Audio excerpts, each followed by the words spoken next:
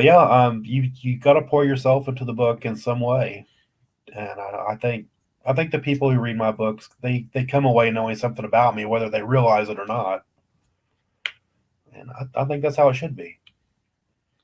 100%. So I'm going to put you on the spot for a second. Then, speaking of, um, that aspect of it with autobiography and putting yourself into the books. Somebody wanted to know as much as possible about you, short of hiding out in your bushes and being invited into your house, probably after not being in the bushes. Which book would you point them to, or which maybe two books would you point them to say, peel back the layers, you're going to find most of me in this book or these two books? Wow. That is tough. I would still default back to Shara, because I did put so much of myself as I was at that time in that book.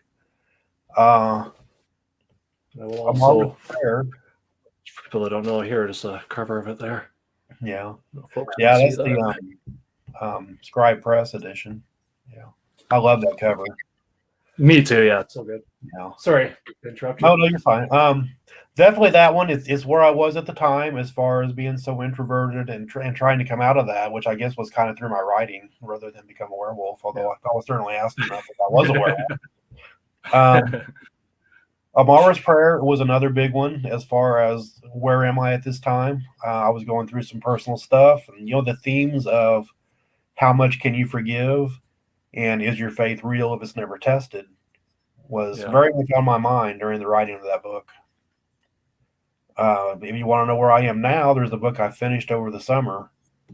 It's called The Lost Pages Bookstore, and it's a literary novel, and that is very much where I am now. I mean, it's about an author who he became a big name fantasy author, and then he did some stuff that ended his marriage, and then his mother died, which unfortunately was kind of a premonition for myself.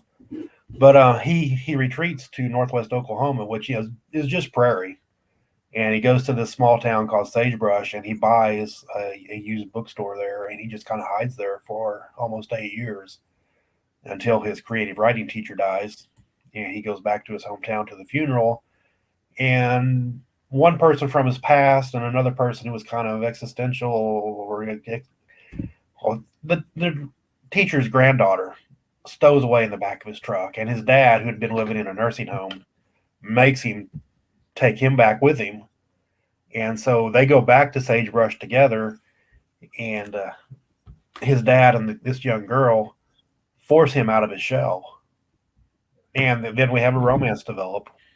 Not with the girl, with a waitress across the street from the bookstore. Okay. But, yeah, that's.